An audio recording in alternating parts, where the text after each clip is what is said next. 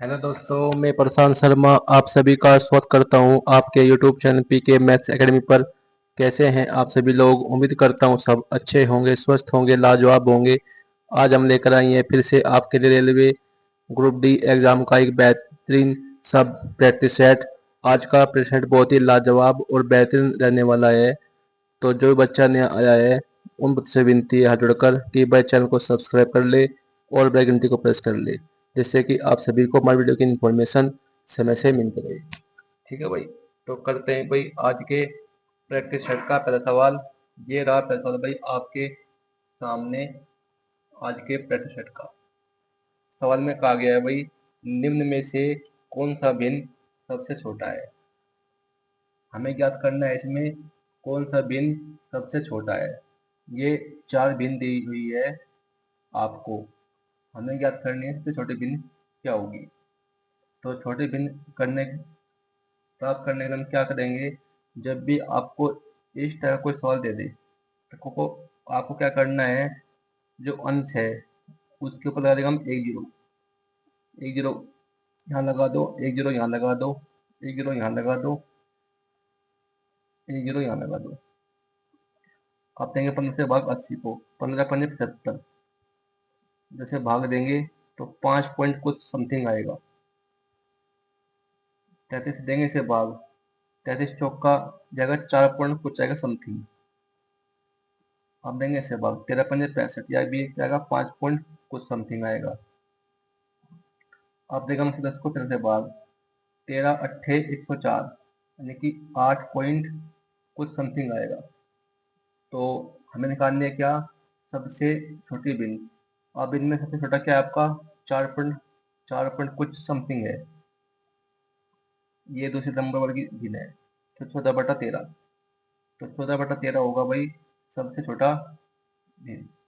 अगर आपसे पूछता है इसमें सवाल में कि सबसे बड़ी भिन्न क्या होगी, सबसे बड़ी क्या चीज में 8 पॉइंट कुछ समथिंग यानी कि 11/13। अगर आप छोटे भिन्न पूछे 14/13, अगर बड़ी बड़ी भिन्न पूछे 11/13, लेकिन आपके साथ पूछा है इसमें सबसे छोटी भिन्न क्या होगी, तो वो क्या होगी आपकी 14/13। ये होगा इस सवाल का सही आंसर। ऑप्शन नंबर डी होगा इस सवाल का सही जवाब। ठीक है भाई, करते हैं भाई नेक्स्ट क्वेश्चन। सवाल में कहा गया है भाई 3/4 प्लस 5/8 माइनस 7/16 का मान क्या होगा। बिल्कुल आसान सवाल है। पहले हम लेंगे इसमें 4 8 16 का एल्शियम। पहले हम लेंगे 4 8 16 का एल्शियम। एल्शियम आएगा इसका भाई कितना, 16। 16 आएगा इसका भाई एल्शियम। अब 4 चौक 16 जाएगा कितनी बार, 4 बार, और 4 दिया 12 प्लस 8 में 16 2 बार जाएगा, 2 गुना करेंगे हम 5 में, 2 पंजे 10, 16 एकम 16 सत्ते 7, 12 और 10 कितने हो गए भाई, 12 और 10 22, 22 में से 7 गया कितना बचा, 22 में से 7 गया 15, तो 15/16 ये होगा भाई इस सवाल का सही आंसर। 15/16 ऑप्शन नंबर बी होगा इस सवाल का सही जवाब। ठीक है भाई, करते हैं भाई नेक्स्ट क्वेश्चन।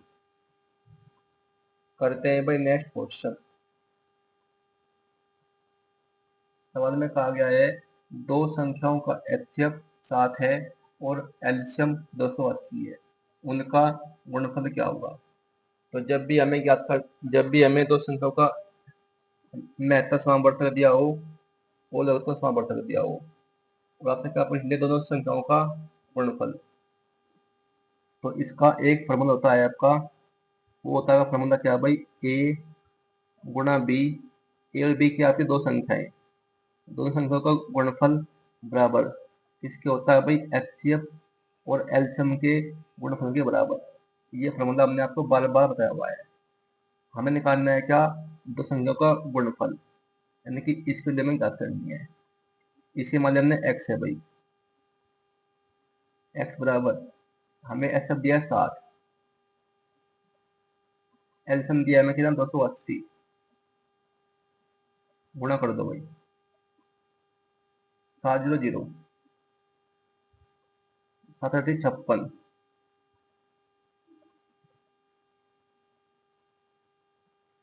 7 14, 17 5 19, 1960, ये होगा दोनों संख्याओं का गुणफल 1960। ऑप्शन नंबर ए होगा सवाल का सही जवाब। ठीक है भाई, करते हैं भाई नेक्स्ट क्वेश्चन।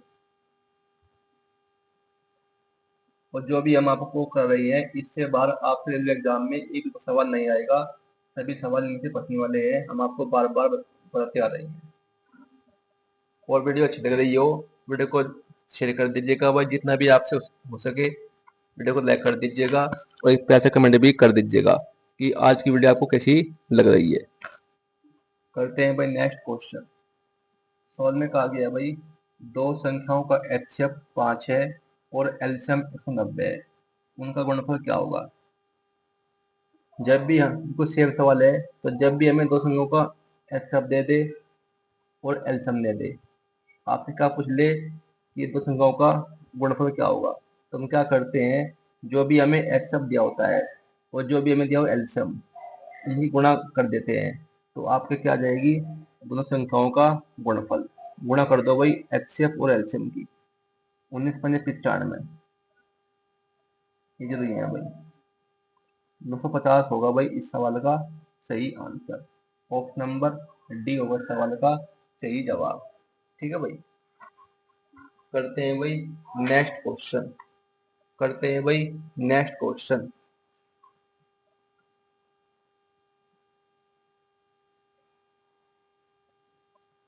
सवाल में कहा गया है चार संख्याओं का औसत 45 है, पहली दो संख्याओं का औसत अन्य दो संख्याओं के औसत का 3 गुना है, पहली दो संख्याओं का योग क्या होगा। बहुत ही बड़ा सवाल है भाई, मोस्ट मोस्ट इम्पोर्टेंट आपके रेलवे एग्जाम को देखते हुए, चाहे वो कोई भी एग्जाम हो आपका रेलवे का, सभी एग्जाम के लिए बहुत ही महत्वपूर्ण है ये वाला सवाल। सवाल में हमें दिया है चार संख्या का औसत 45 है, तो इनका योग क्या होगा भाई, गुणा कर देंगे किसकी 15 से 4 में, तो 45 चौक का 180, तो योग क्या आ गया इसका भाई 180 आ गया, चार संख्याओं का योग क्या आ गया 180। ठीक है भाई, चार संख्याएं हैं A B C D, A comma B comma C comma D, चार संख्याएं हैं, आप कुछ भी मान सकते हैं एक्स वाई जेड। पहली दो संख्याओं का औसत अन्य दो संख्याओं के औसत का 3 गुना है, तो हमें ज्ञात करना है क्या, पहली दो संख्याओं का योग। ये चार संख्याएं हैं भाई ए बी सी और डी, पहली दो संख्याओं का औसत यानी कि ए और बी का औसत, अन्य दो संख्या यानी कि सी और डी, इनके औसत का क्या दिया 3 गुना, ये 3 हो जाएगा, ये 1 हो जाएगा भाई। ठीक है भाई, ए और बी का औसत है 3, सी और डी का औसत है 1, तो ए और बी का योग क्या होगा भाई, दो संख्याएं हैं तो गुणा करेंगे इसमें 2 की, 3 गुणा 2, यहाँ भी दो संख्याएं हैं तो योग निकालने के लिए हम गुणा करेंगे इसमें 2 की, तो ए और बी का योग क्या होगा आपका 3 दूनी 6, सी और डी का योग क्या होगा 2 गुणा 1 2, ए और बी का योग क्या आएगा 6, सी और डी का योग आएगा 2। हमें हमने अभी अभी ज्ञात करा था, अभी अभी चार संख्याओं का योग कितना था 180, इन दोनों का अनुपात योग क्या होगा आपका 8। अब 8 की वैल्यू में क्या दी है भाई 180, हमें निकालना है क्या, पहली दो संख्या का योग, तो पहली दो संख्या यानी कि ए और बी का योग कितना है 6, 6 की वैल्यू हमें ज्ञात करनी है, तो क्या होगा भाई 180 जाएगा आपका बटे में 8, गुना में क्या जाएगा 6, अब कट्टो से भाई 2 से, 2 चौक 8, 2 तिया 6, 4 तक कट्टो भाई, 4 चौक 16, 4 पंजे 20, 15 दिया 135, तो 135 होगा भाई पहली दो संख्याओं का योग। कितना? 135। ऑप्शन नंबर डी होगा सवाल का सही जवाब। ठीक है भाई, बहुत ही बड़ा सवाल था भाई, मोस्ट इम्पोर्टेंट। आपके रेलवे ग्रुप डी या अन्य कोई भी एग्जाम हो आपका रेलवे का, सभी के लिए इम्पोर्टेंट क्वेश्चन है। मोस्ट करते हैं भाई अगला सवाल।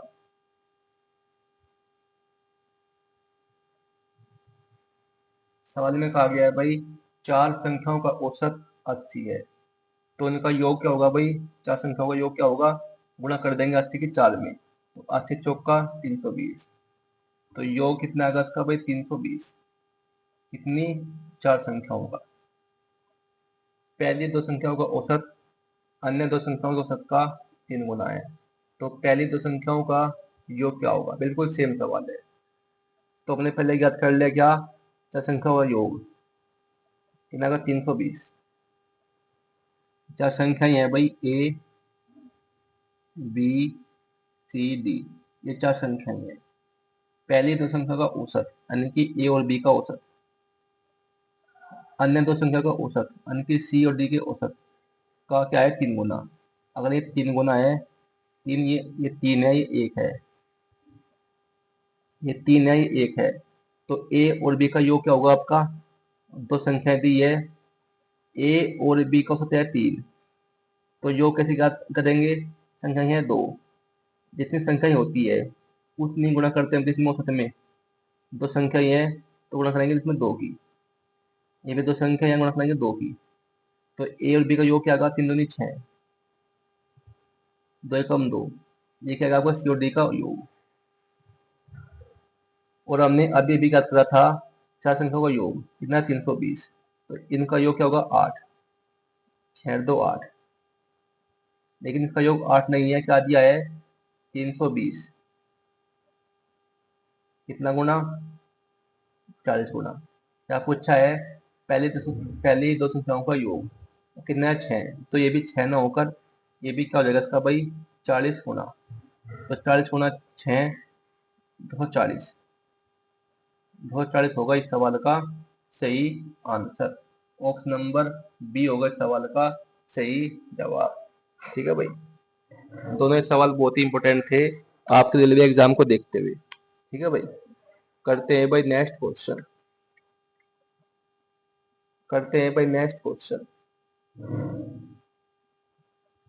सवाल में कहा गया है त्रिभुज ओ एन पी का अंत्य केंद्र एल है, यदि angle O L P plus angle O N P बराबर 195 है, तो एंगल ओ एल पी का मान क्या होगा?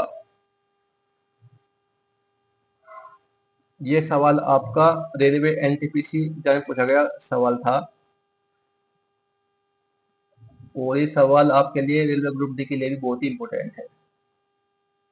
हमें दिया है त्रिभुज ओ एन पी, ये एक त्रिभुज है, एक आपका है त्रिभुज ओ एन पी, ये ओ है, ये एन है, ये पी है, का अंत केंद्र, ये अंत केंद्र है भाई इस त्रिभुज का, ये है भाई एल। यदि एंगल ओ एल पी और एंगल ओ एन पी, इन दोनों एंगल का योग हमें दिया 195, तो एंगल ओ एल पी यानी कि इस एंगल की बात करिए, ये पूछा है हमसे, और इन दोनों का योग दिया हमें कितना? 195। तो जब भी हमें इस तरह का कोई सवाल दिख जाए, हमें ये वाला एंगल दे दे और इस एंगल और इस एंगल का योग दे दे, तो इसका एक फॉर्मूला होता है आपको याद करने का, एल बराबर 90। जब ये वाला एंगल याद करना है तो कर देंगे इसमें 195 माइनस का एल और बटे में 2। ठीक है भाई, इस योग में से कर देंगे, ये वाला माइनस कर देंगे, तो आपका एंगल क्या आ जाएगा? आपका एंगल एल आ जाएगा। करते हैं भाई हल भाई, हल लेंगे हम 2 एलसीएम लेंगे, जब 2 एलसीएम लेंगे तो गुणा करेंगे 2 किस में? 90 में, और 2 गुणा हो जाएगी यहाँ पर एल में, तो 2 एल, 2 गुणा 90 180, और ये ऐसे का सही 195 माइनस एल, ये माइनस का एल है, जब इधर आएगा तो क्या उल्ट हो जाएगा प्लस का 3L। 180 और 95, 5 9 8 कितने हो गए 17 का 7 का 80 लगा 1 1 लगा 2 3 375, 3 से भाग देंगे इसे भाई, 3 एकम 3 3 दूनी 6 3 पंजे 15, तो ये इसका एल का मान क्या आपका 125 डिग्री, 125 डिग्री। तो एंगल एल का मान क्या आएगा 125 डिग्री। ऑप्शन नंबर ए होगा सवाल का सही जवाब। ठीक है भाई, ये होगा भाई सवाल का सही जवाब। बहुत ही बड़े सवाल था भाई, आपके एग्जाम को देखते हुए। करते हैं भाई नेक्स्ट क्वेश्चन।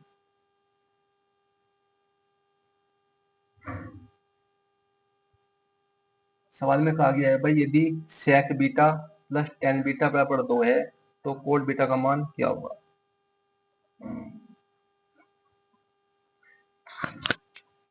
कोट होता है किसका उल्टा tan का।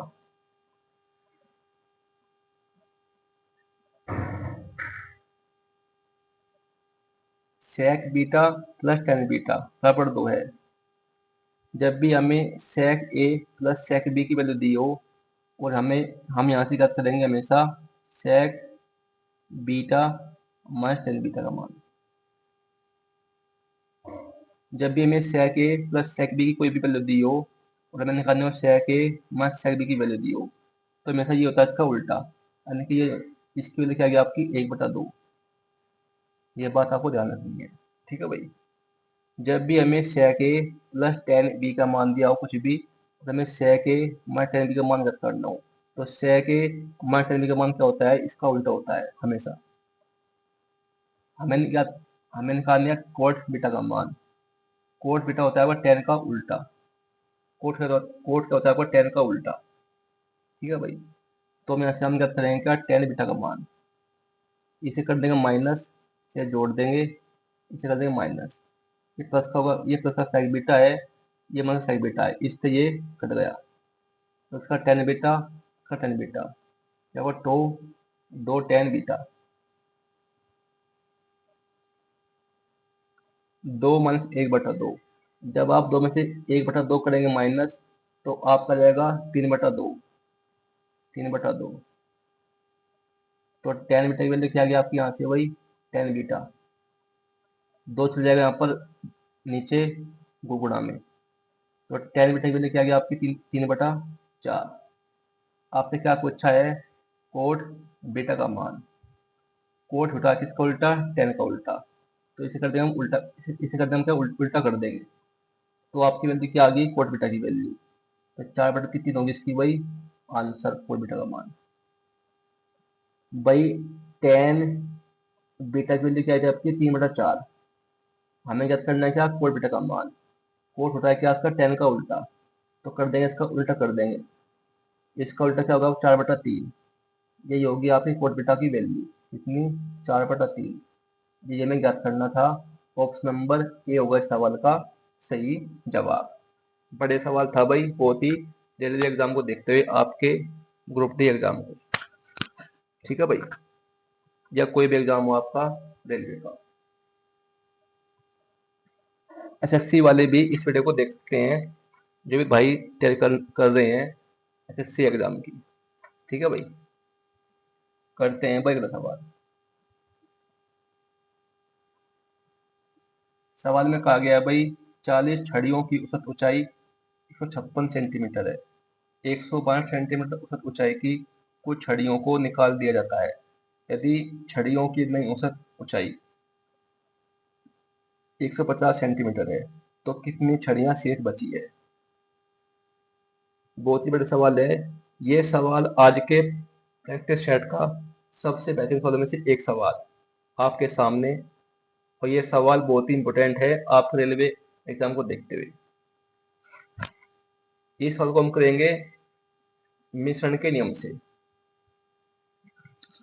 40 छड़ हैं, उनकी औसत ऊंचाई में दी है 56 सेंटीमीटर, 112 सेंटीमीटर औसत ऊंचाई की कुछ छड़ियों को निकाल दिया जाता है, और जो शेष बची है यदि छड़ियों की नई औसत ऊंचाई यदि छड़ियों की नई औसत ऊंचाई 150 सेंटीमीटर है, यानी कि ये कि आपकी शेष छड़ी है भाई, शेष छड़ी देखो निकाली गई, तो शेष छड़ी कितनी है आपकी 150 सेंटीमीटर, और निकल गई छड़ी कितनी है आपकी 162 सेंटीमीटर, वो कुल औसत ऊंचाई कितनी है इसकी छड़ियों की 156। अब करेंगे हम बड़े में से छोटा वाला माइनस, बड़ा क्या है इसमें 162, छोटा 156, करो माइनस भाई, तो 162 में से 156 गए, कितना बचेगा 6, यहाँ बड़ा है 156, छोटा 150, तो 156 में से 150 गए, कितना बचा 6, काटो एक इससे काटो 6 से काट लो भाई, 6 कम 6 और 6 कम 6, तो अनुपात क्या इसका भाई, देखो से छड़ी, देखो भाई निकाली गई, निकाली गई, तो इनका अनुपात क्या आपका भाई 1:1।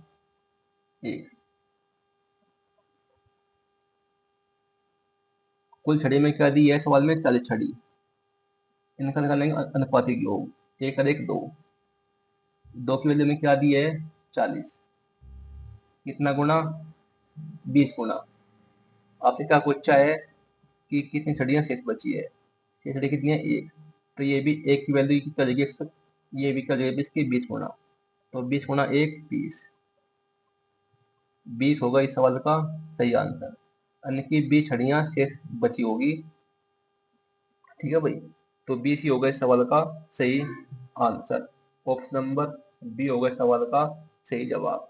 बहुत ही बड़े सवाल था भाई, मोस्ट इंपोर्टेंट।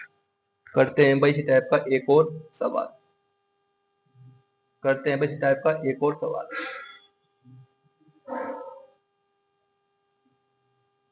सवाल में कहा गया है 65 छड़ियों की औसत ऊंचाई 155 सेंटीमीटर है, 163 सेंटीमीटर औसत ऊंचाई की कुछ छड़ियों को निकाल देगा।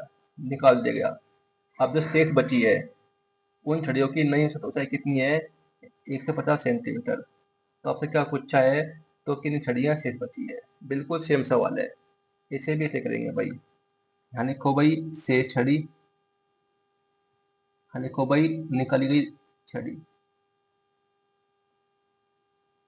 शेष छड़ी कितनी है आपकी 150 सेंटीमीटर, निकल गई छड़ी कितनी है 163 सेंटीमीटर, और जो इसकी औसत ऊंचाई है वो क्या है 155 सेंटीमीटर। अब करेंगे हम बड़े में से छोटा वाला माइनस, बड़ा क्या है 163, छोटा क्या है 155, बाईस माइनस 163 में से 155 गए, कितना बचेगा 8, 155 में से 150 गए, कितना बचेगा 5, क्या इसका भाई अनुपात कितना 8:5। कुल छड़ियों में क्या दी है सवाल में 65 छड़ी, तो इनका अनुपात क्या होगा आपका 13, 8 और 5 13, अब 13 की वैल्यू में क्या दी है 65, हमें निकालने क्या कि किन छड़ियां शेष बची है, शेष छड़ी कितनी है आपकी 8, 8 की वैल्यू हमें ज्ञात करनी है, ये कितना गुना है इसका भाई 5 गुना, तो शेष छड़ी भी 8 ना होकर ये भी जाएगी इसकी 5 गुना, तो 8 पंजे 40, 40 छड़ी शेष बची है, ये होगा भाई इस सवाल का सही आंसर, ऑप्शन नंबर ए होगा इस सवाल का सही जवाब, ठीक है भाई। तो भाई आज के लिए इतना ही, वीडियो यदि अच्छी लगी हो तो वीडियो को लाइक कर दीजिएगा, ज़्यादा शेयर कर दीजिएगा अपने भाई मित्रों में। तो मिलते हैं आपसे कल एक ऐसी वीडियो लेकर, ऐसी क्वेश्चन लेकर, तब तक के लिए आपका बहुत बहुत धन्यवाद।